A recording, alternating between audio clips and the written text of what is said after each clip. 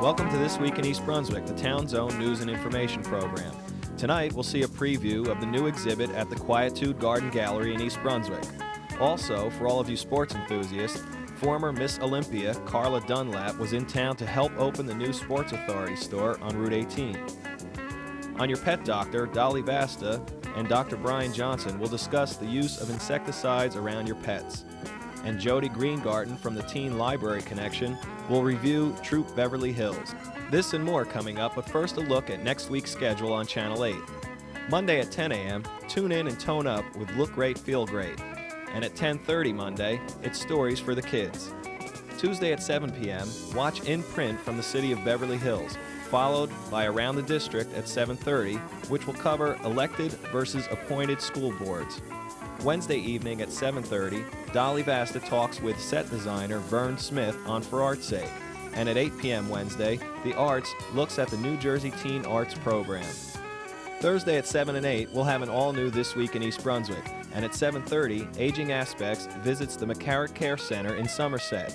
Watch the Channel 8 Community Bulletin Board for reruns of all of our shows.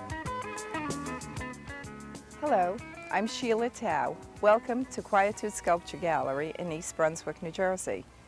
Behind me you will see the work of Myra Graham, 21 facial reliefs. This installation was the winner of a juried competition that was held in July, where George Siegel and Isaac Witkin were the jurors. There are also 15 other pieces on the property that were the finalists from 450 submissions from New Jersey, New York, and Pennsylvania artists. Starting this Sunday, August 23rd, we are going to show the new works of two other artists in addition to the works that are here now. The works of Larry Steele and John Parker. John Parker's works are fabricated in steel plate. As you notice, they are painted steel, and he uses auto paint in order to get that very high shine and that intense color. He's interested in this material because of its durability and also because of its abstract nature. His sculpture comes from a lifelong study of insects and birds, exotic flowers, and dinosaurs. Larry Steele uses cast metal for his work to create biomorphic forms of tremendous size. He places natural forms with mechanical forms, forcing the viewer to question the interaction between nature and our man-made environment. I'd like to invite you all to come on Sunday between 11 and 5 to see the new works as well as the other 100 pieces of sculpture that we have on view. If you can't make it on Sunday, we're open Wednesday, Thursday, Saturday, and Sunday from 11 to 5. Our telephone number is 908-257-4340. We hope that we'll see you soon. Please come and visit.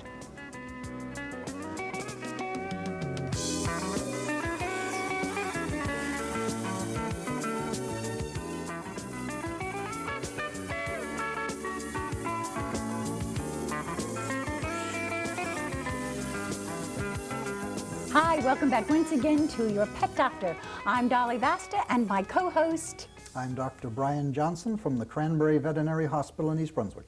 And we have a very good subject today because today we're going to be talking about pesticides, insecticides, and the effect they have on our pets. A very important one for this time of year when the yard companies are going to be putting down the necessary chemicals to protect the lawn and kill some of the bugs that are out there. We want to make sure that our pets don't get it on their feet, lick it, and get it into their intestines that will damage it, as well as burn their paws. So a couple of good rules. When you have a company come in to put it down, or whether you do it yourself, make sure that you wipe the dog's feet off after they come in, and don't let them out there to run on the treated area until either you wash it down with a good soaking or we've had a good rain. Very important.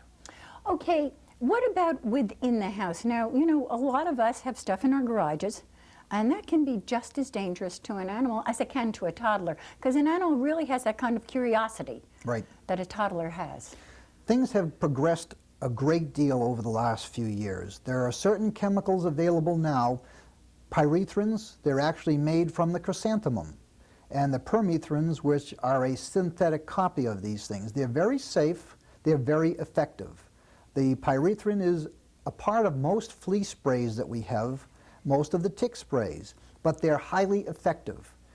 I would recommend something of this nature. If you have fleas in the house, which the time is coming, we'll have to do a show on fleas too. All right. But if you have these things in the house, if you have want to keep the insects down, we use growth inhibitors. This is not a poison as we know it, but actually prevents the bug from developing to its normal state. These are safe, and you or I or our pet could literally drink the material without causing any harm. It only affects those animals that go through a metamorphosis or life change form. The other thing I was thinking of in particular too are things like rat poison. We really have to be careful and responsible where we store and where we put it. Now, that's an even bigger problem than you realize, because the first generation of poisons would kill the rat with one ingestion. The rats became very resistant, so they came out with a second generation and now a third generation. The most common way that we find dogs and cats poisoned is from eating the rat or the mouse that has eaten the poison. This will stay active in the body for up to 5 or 6 weeks, so that if you give them the antidote and continue it for only 3 or 4 weeks, they will then die from the poisoning 4 weeks down the line. So some good things to remember are to be cognizant of where you're going to put poisons. Be responsible. Don't overuse them. Use them where necessary. Preferably have a professional come in and tell you how to use it or where. Also, outside, when you're going to be putting things on your lawn, do little signs on the lawn so people who are walking their dogs are aware too of what might be on the lawn. And everybody tries to keep their dogs off of other people's lawns, but dogs being dogs will wander off, get it on their feet. So try and keep them on the sidewalk. Absolutely. Be a responsible dog owner as well. Train your dog to go in the right places. It's not the dog which is bad, it's the owner. And I'm on the dog side, so I've got to stick up for my dogs. They're not the bad ones. Well, that's true. Is there anything else we should remember just before we sign off here on anything that you want to say to be careful of?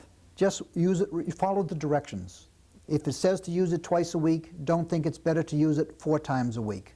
And don't dilute it out or use it more concentrated. Some things have to be done according to the directions. And if there's any question, call your veterinarian or your supplier, but follow the directions on the label. You're dealing with a very potent drug that, if used correctly, is safe. And with those words, I thank you. My pleasure.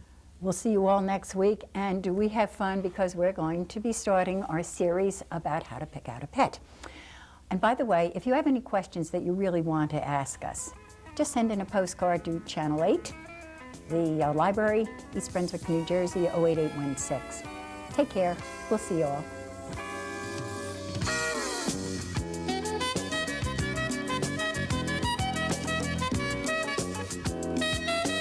If you're in the mood for a light comedy, Troop Beverly Hills is the movie for you.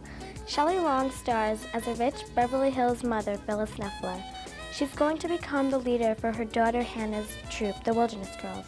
This troop is very unique. Several of these outings planned by Phyllis includes jewelry appraising, shopping, trips to the beauty parlor, showing the season's fashions to the senior citizens, and how the judicial system works.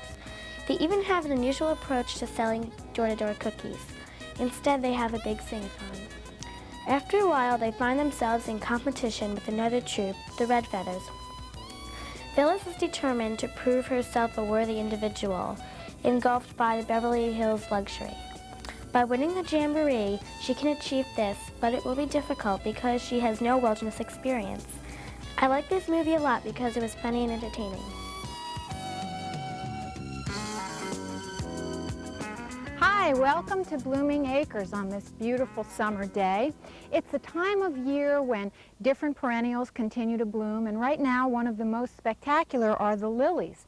Now these lilies look very similar to the Easter lily many people are familiar with. And you can tell that they are related by the arrangement of the leaves along the stem. Notice that there's a long central stem and then little short sword-like leaves that emanate out along the length of the stem the whole way. Now this is not the same as daylilies that many people think of as lilies. Many people call them tiger lilies.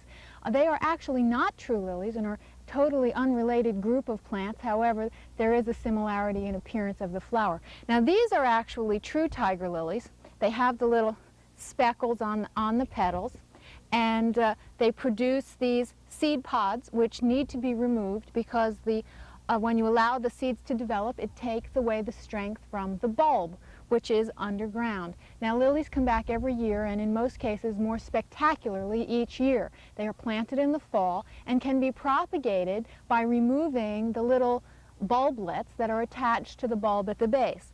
Also, however, some varieties of lilies, not all, produce these little bulbils. And these are at the base of the leaves. We need to take a real close look in order to see them. But each one of these can be removed. It even has a tiny little root at the base. In most cases, it might be a little early for that root to show. But you can see that this can be planted and it will develop as an absolutely true flower, exactly identical to the parent plant. If you take the seeds, it may not come out the same because of cross-pollination. Now these have to be removed as soon as the bloom finishes. And you can see we have various stages. This one is orange and has got one more bud showing up here. This one has no more buds. This is a deeper shade of orange, sort of a burnt orange. We have some lovely yellow ones that are in various stages. You can see a few pods on there, as well as some unopened buds. That's actually a later variety. Also notice it's a variety of tiger lily with the spots in the center. Now some lilies can get much taller, none of these particular varieties, but some varieties can reach 6, 7, even 8 feet tall. Now I want to show you another variety over here that's just about finishing. Now these were an absolute magnificent shade of dark red. This is the last flower. Obviously this is one of the earlier varieties, and they have to be removed. This has one seed pod left. Notice how this one has been pruned below the base of the flowers, and you can see in here that there's like a break where the leaves are, then there's an elongation, and then that's where the seed pods begin, and that used to be the flowers. For an attractive appearance, it's best to remove it there. Now we'll leave this one because there's that last bit of color we don't want to lose, but you can see here's the stem, the bare stem that you would remove it right there. And the last one, again, right here you see the bare bit of stem, and there you go. And these will go on the compost pile. Now I'll show you a bit of the daylilies so that you know the difference, but the true lilies are really my favorite. We'll see you here next time at Blooming Acres. Hi, I'm Senator Jack Sinagra, and we're here at Baxter in Raritan Center to illustrate a point. Baxter is moving to New York State, Orange County, taking with it 350 New Jersey jobs and starting a $100 million construction project in New York. You know, the Cold War may be over, but the economic war has just begun.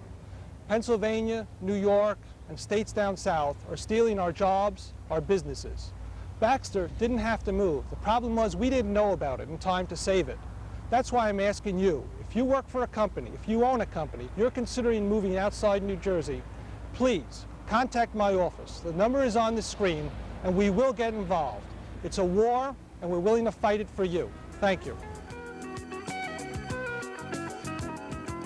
Although the economy looks bleak for some, Route 18 in East Brunswick is picking up the pace with the addition of several new businesses. One of those is the Sports Authority, a new sporting goods complex in the Mid-State Mall. They had their grand opening this week, and Jennifer Enton spoke with store manager Bob Gurry. What made you choose East Brunswick to open up the new Sports Authority store? Well, one of the reasons was the demographics, the density of the population, plus the history of the area, being sports orientated. So with that in mind, we felt it was a great location. What types of things do you feel that the Sports Authority can offer to East Brunswick? Well, first of all, we can offer A, employment and help pick up the economy in this area. B, for the sports-oriented customer, we can offer selections that they probably haven't seen anywhere before. The Sports Authority celebrated its grand opening with giveaways and appearances by sports celebrities. Saturday, the former Miss Olympia, Carla Dunlap, was on hand to demonstrate her athletic ability and to hand out autographed pictures.